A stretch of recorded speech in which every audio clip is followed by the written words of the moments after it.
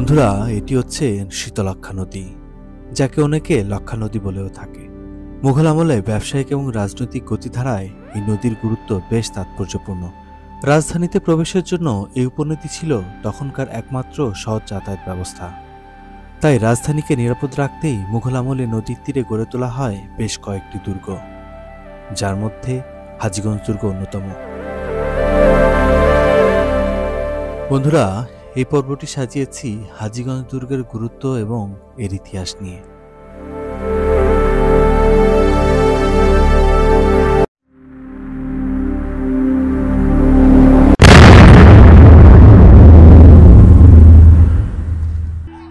আসসালামু আলাইকুম বন্ধুরা, আমি এখন আছি হাজীগঞ্জ দুর্গে।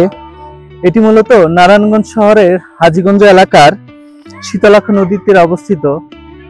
এটি খিজিরপুর দুর্গ নামেও বেশ পরিচিত।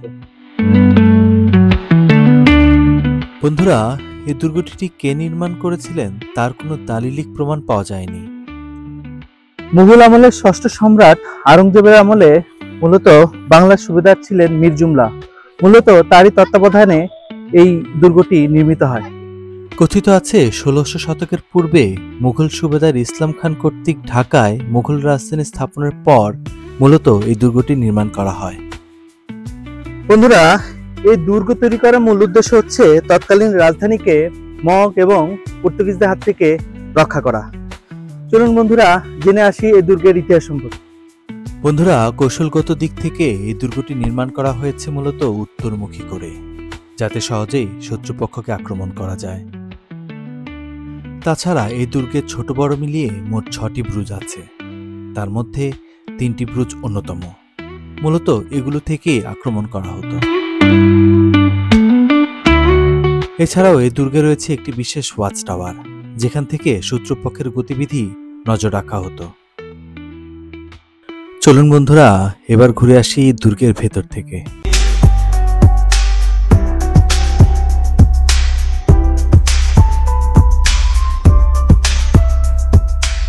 বন্ধুরা, এটি হচ্ছে দুর্গের প্রধান এবং একমাত্র ফটক। মূলত এই পথ দিয়ে দুর্গে প্রবেশ করত মুঘল আমলের সৈন্যরা। সিঁড়ি দিয়ে উঠতেই আপনার চোখে পড়বে ফটকের গায়ে মুঘল আমলের সেই ঐতিহাসিক কারুকার্য, আর ফটকের ভেতরের দিকে মশাল বসানো সেই মূল্যবান পাথরটি। যদিও নিরাপত্তার অভাবে এর একটি পাথর চুরি হয়ে গিয়েছে।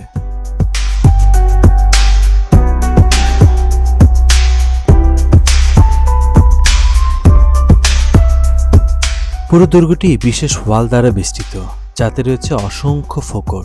এতে বাইরের দৃশ্য খুব সহজেই দেখা যায়।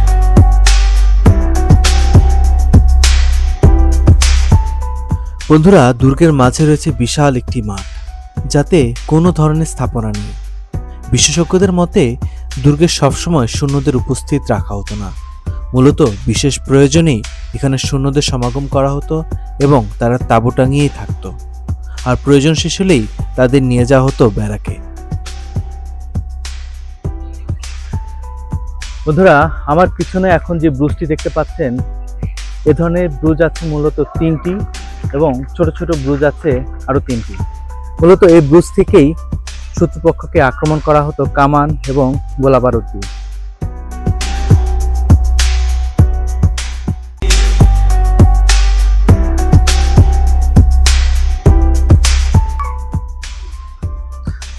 বন্ধুরা, এটি হচ্ছে দুর্গের ওয়াচ টাওয়ার। সম্ভবত এই টাওয়ারটি থেকেই শত্রুদের বিশেষভাবে নজর রাখা হতো। চলুন বন্ধুরা, দেখে আসি ওয়াচ টাওয়ারের ভিতরের অংশ।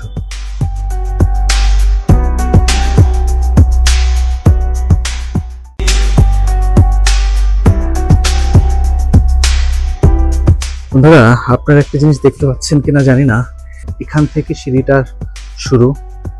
এখান থেকে সার্কেল করে করে পুরো সিঁড়ির উপরের দিকে উঠে গেছে।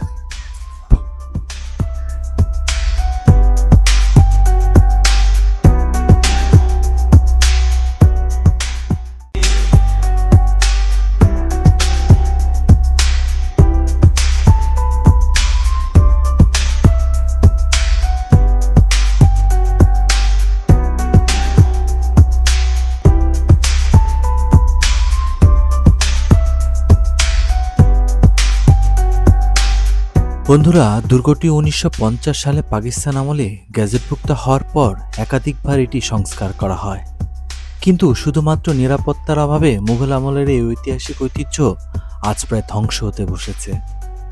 কর্তৃপক্ষ যদি অতি দ্রুত এই নিরাপত্তার ব্যবস্থা না করে, তাহলে হয়তো আর কিছুদিনের মধ্যেই এই ঐতিহাসিক দুর্গটি আমরা হারিয়ে ফেলব।